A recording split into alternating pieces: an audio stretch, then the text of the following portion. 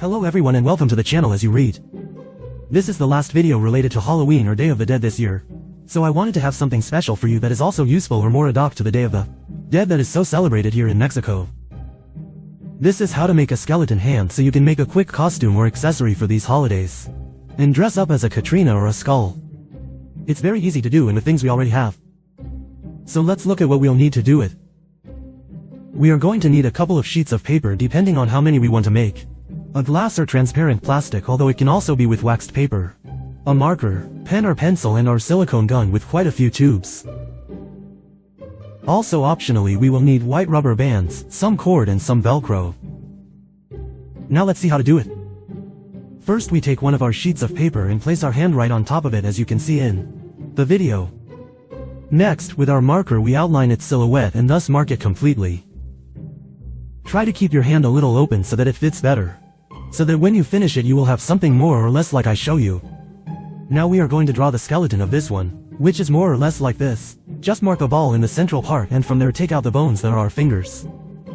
I am copying it from an image from the internet, so you can do it as you think it will or draw it based on something taken from a magazine or from the internet. Also already finished. It should look like this. Of course it doesn't have to be exact, but it does have to be as close to the bones of the hand as possible. Now we grab our glass, transparent plastic, or, failing that, waxed or milking paper. The point is that the drawing is transparent as it can be seen on the screen. As you can see here I made the hand very open and I will have to put another video on the side. But as I repeat, you can do it with wax paper too. Then they are going to take their silicone gun and begin to outline the entire skeleton that we drew, and at the same time fill it in so that it all sticks together and can be distinguished as the shape of a skeleton. That's why I told them to have several silicone tubes on hand, since they will take quite a few.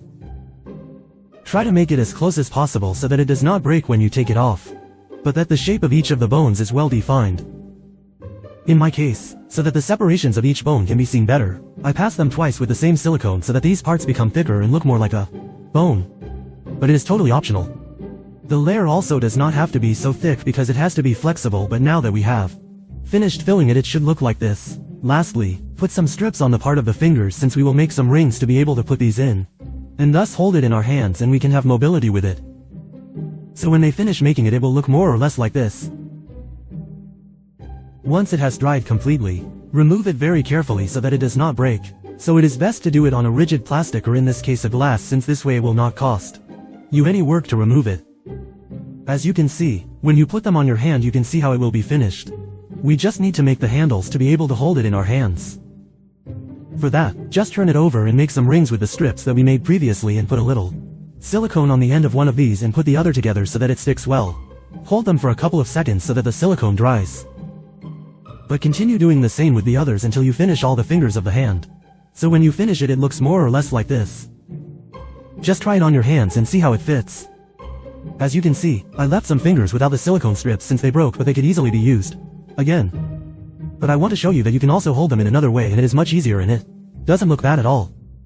Just take a pair of white rubber bands and put them on the missing fingers. If you don't use any rings, put them on each of them at the top where they bend. And this way it remains mobile, which is what we want and that you can see on the screen. You could leave it like this and it looks great. But so that it doesn't bother you or it could fall off with the movement, just take your same hot glue gun and make a hole in the lower part of our hand and then insert a shoelace in this case and measure more or less the arc that you needed and cut it. Now just cover it with silicone so that it cannot be seen and at the same time it stays well attached to our hand. Do the same with the other side so that you have a complete bracelet. Just insert the strap and cover it with silicone. Once finished, it should look just like I show you. Finally, put it back on to determine the length of your wrist so that your bracelet or what your skeleton hand is going to hold fits better. Then take your scissors and cut the desired length. Now optionally stick a little Velcro on each of the laces. That in my case I use this Velcro that is rigid but remains super well gripped, and since it is so little that you will use, it will not hurt you or anything like that. Although you can buy whatever you want or have on hand.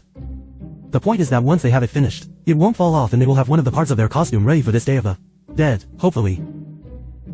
As you can see, it looks amazing and actually looks like the bones in our hands and will be excellent for dressing up as Katrina or some skeleton more in line with the Day of the Dead celebration.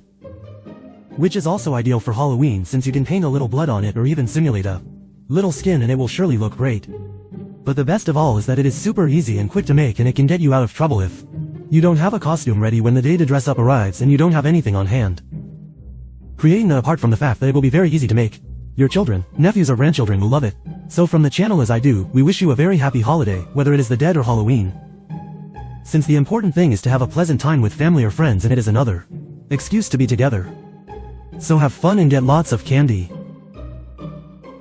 As you already know, if you liked this video, give it a thumbs up, subscribe, share with all your family, friends and acquaintances. As always, see you in the next videos.